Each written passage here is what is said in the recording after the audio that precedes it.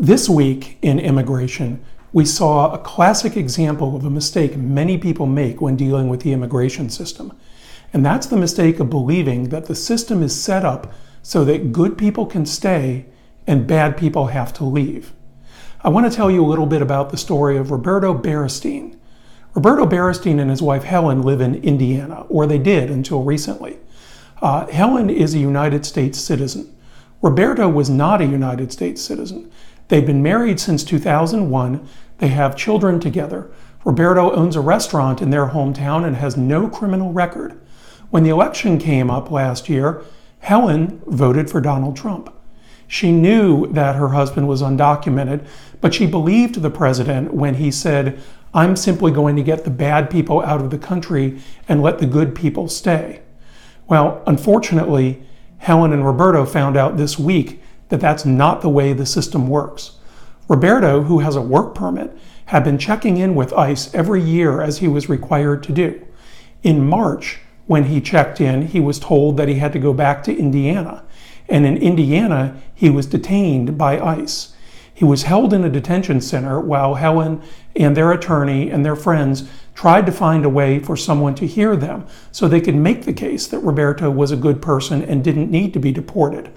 Unfortunately, a few days ago, on April 4th, at 10 o'clock at night, ICE officials put Roberto in a van, drove him to the border, and dropped him off at the Ciudad Juarez checkpoint.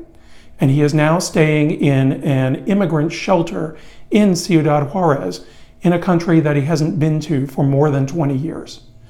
Now, it might be tempting for some people to say, well, the lesson here is that if you voted for Trump, you get what you deserve.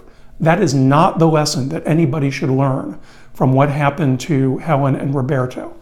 All immigrant families, regardless of politics, deserve the chance to be kept together.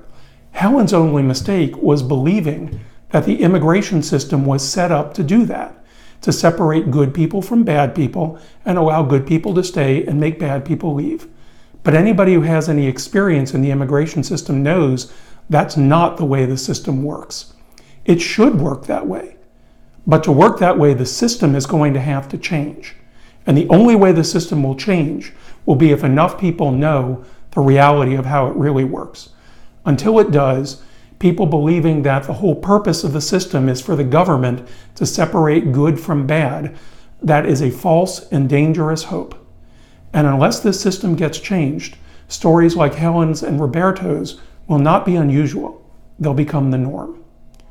If you're facing deportation or removal, or you have a friend or loved one who is, or you need advice about immigration matters, please contact us at 423-402-0608 or through our website at www.lesterlaw.org. We'll talk to you about your case and we'll see how we can help you. Until next time, stay strong, stay safe. We'll see you next week.